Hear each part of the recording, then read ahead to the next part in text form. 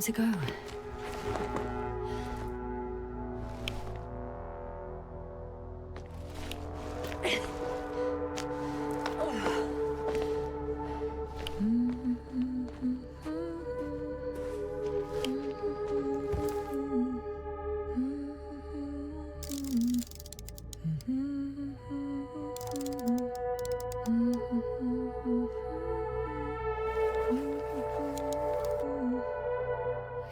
See the camp.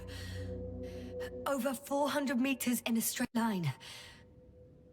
I see you. Can you hear me?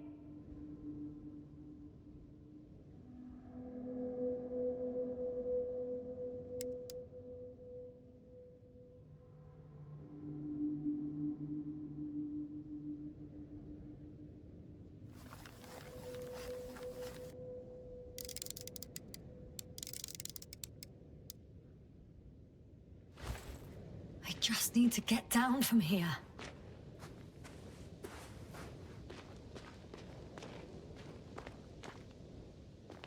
I can't get down this way. I could attach a rope though. But, for some reason I don't have one with me. Here the ground slopes a little more gently, which doesn't mean it's completely flat.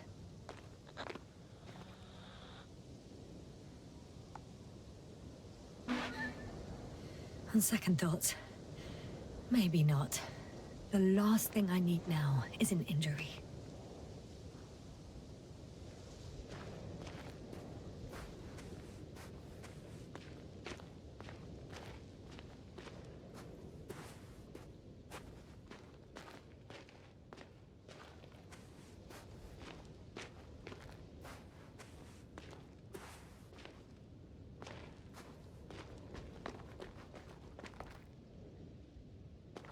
Great. A route that won't break my neck. I hope.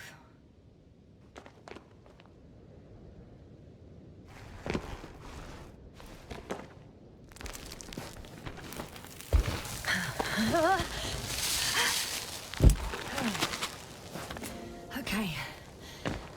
I'm at the bottom. Looks better from here. I'll be with you soon.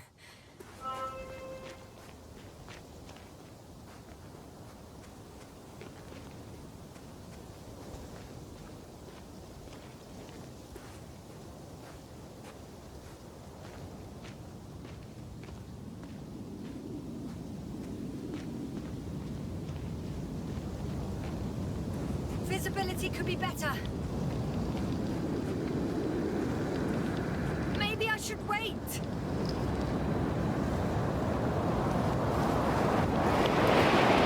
But if the storm gets worse, I'll be cut off from you.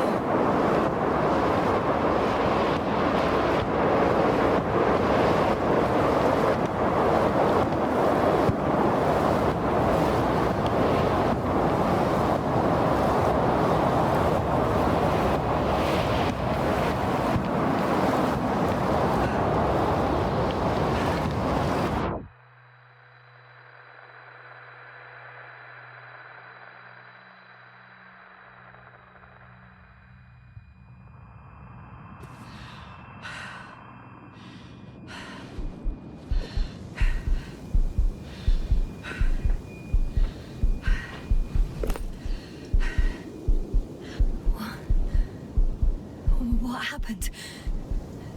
Where?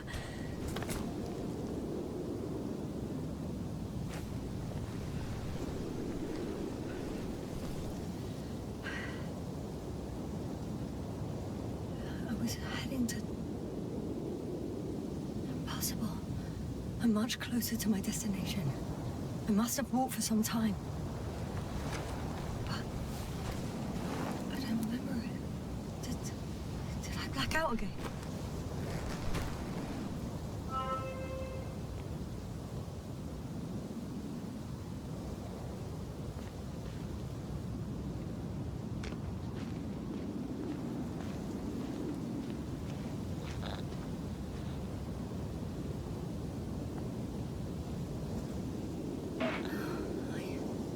I'm so condition.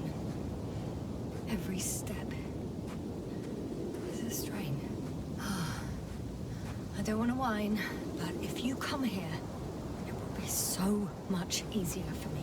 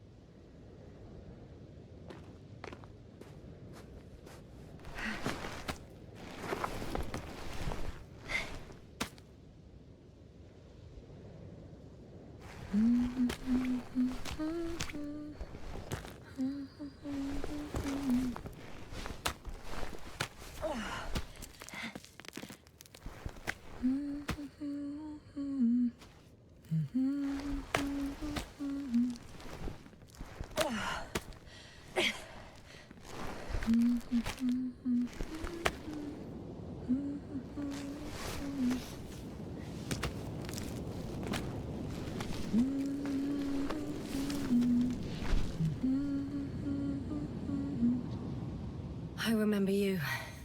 Regis' third satellite.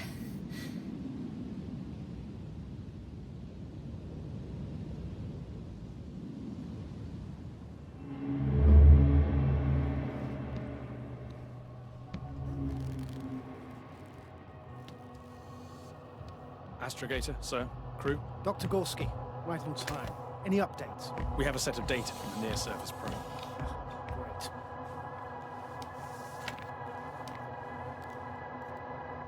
How's the activity?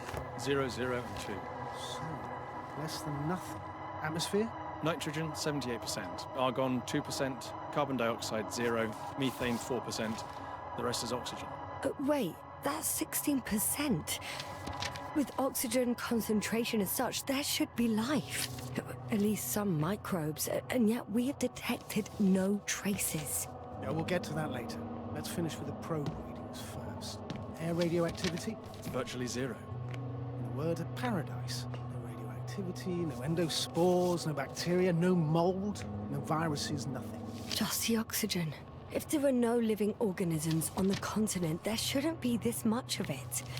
What if life develops on some other continents here? No, I doubt it.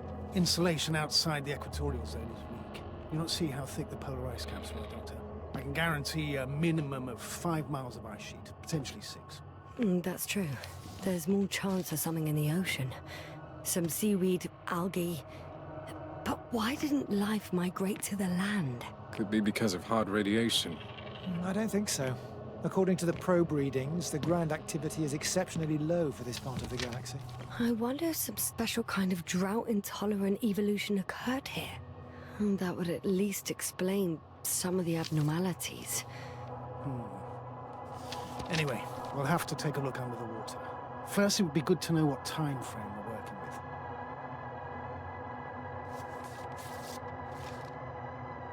Married, do you have the geological analyses? It's a bit too early for mature conclusions, but this planet looks old to me. Such a fossilized egg must be at least 6 billion years old. Besides, the sun's seen better days too. It's almost a red dwarf. Any rare resources, forms, creatures? We can't expect such detailed data, sir. Not from this distance. Yes, we would have to explore the surface. Astrogator, what exactly are we looking for? The value of this planet. For now, it may seem like the pinnacle of nonsense, but I assure you that Regis 3 is not without worth.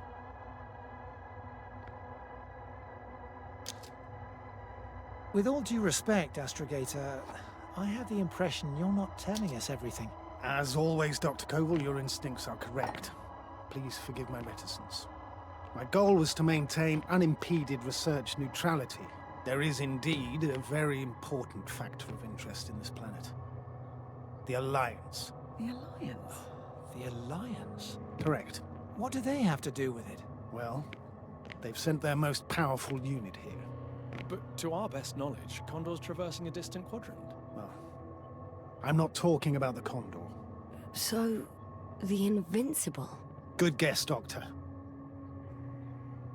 A steel behemoth with the power to produce billions of kilowatts in a split second, converting it into energy fields that no material body can penetrate, concentrating it into destructive rays as hot as stars that can reduce a mountain range to dust or evaporate an ocean, together with its crew of almost 100 men, professionals that are neither better nor worse than us. Well, I dare to say we're better trained, Astrogator. They are, however, unquestionable masters of propaganda. I know that some accomplishments they brag about are very much far-fetched, but the capabilities of the Invincible are not subject to doubt. And we as the scientific body should sever ourselves from the emotional and symbolic facade. In other words, we cannot ignore facts just because we don't like them, Mr. Koval. All right, but where do we stand in all this? Together with our, may I say, not quite as numerous staff. Despite our modest forces, we still have a chance to gain a critical advantage over the Alliance, while avoiding confrontation. Okay, and how would we do that? Simple. We leave this planet before the Invincible arrives here. Which is when, exactly? Well, they're still far away. Astrogator, please, how much time do we have to conduct safe research? 13 days. There's no time to lose, then. I appreciate your eagerness, Koval. Dr. Krauter, do we need full gear? Definitely. Also, I caution you against taking off your helmets for a prolonged duration. This amount of methane is not neutral. Breathing the local atmosphere will lead to saturation drop, and you may start showing symptoms of mild brain damage, feel stupefied. But don't worry, not before an hour or even a couple of hours. I see. Dr. Gorski, will you program Artie to collect samples? Of course. Marrett, Krauter, please prepare for the surface. Koval, you two. You're leaving early in the morning. And what about me? You're staying on board, Doctor. But Astrogator... This is not up for debate. I need you here. As you well know, there's not much work to do for a biologist on Regis 3, if any. Well, if I was ordered to stay, what the hell am I doing here?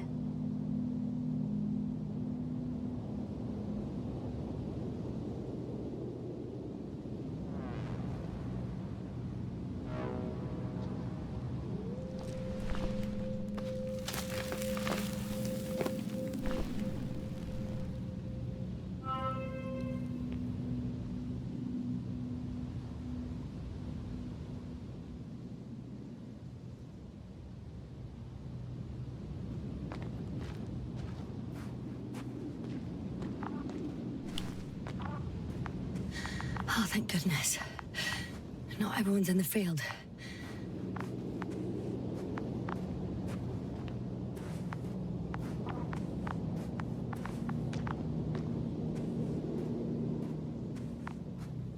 This is Dr. Yasna reporting.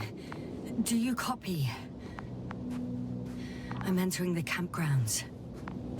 Is anyone out there? Andropod.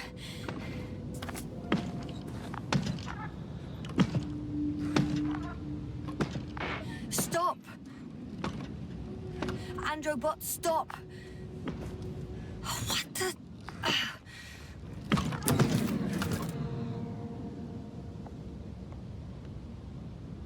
Dr. Gorski, have you made changes to the Androbot's algorithms? Without telling anyone? Again? Ah, well...